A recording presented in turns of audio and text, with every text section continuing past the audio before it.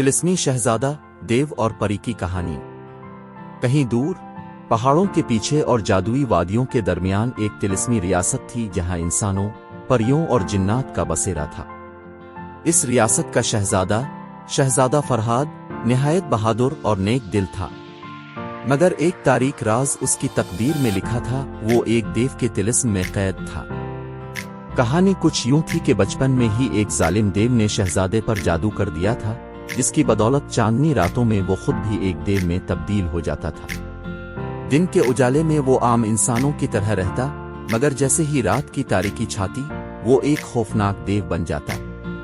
शहजादे ने बहुत सी जादूगरनियों और दरवेशों से हल पूछा, मगर सब यही कहते कि मोहब्बत ही इस तिलिस्म को तोड़ सकती है। मगर ये मोहब्बत कहाँ से आती? एक रोज रियासत के बागात में एक हुसैन और जमील परी उतरी।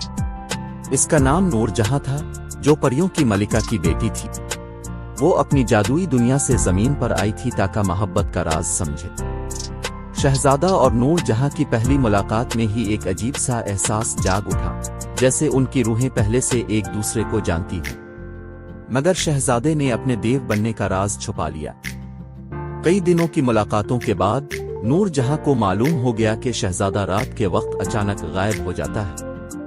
एक रात उसने छप कर देखने की कोशिश की, और जैसे ही शहजादा देव में बदला, वो हैरान रह गई। मगर वो खौफजदा नहीं हुई, बल्कि इसकी आंखों में शहजादे के लिए हमदर्दी और मोहब्बत चमकने लगी। नूर जहां ने अपनी मां परियों की मलिका से मदद मांगी।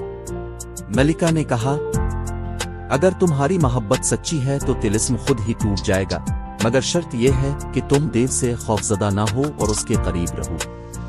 अगली चांदनी रात को जब शहजादा देव में बदल गया, नूर जहां ने हिम्मत करके इसके करीब जाकर कहा, मैं तुम्हें तुम्हारी हर हालत में कबूल करती हूँ, चाहे तुम शहजादा हो या देव। ये अल्फाज सुनते ही तिलिस्म टूट गया और शहजादा हमेशा के लिए आजाद हो गया।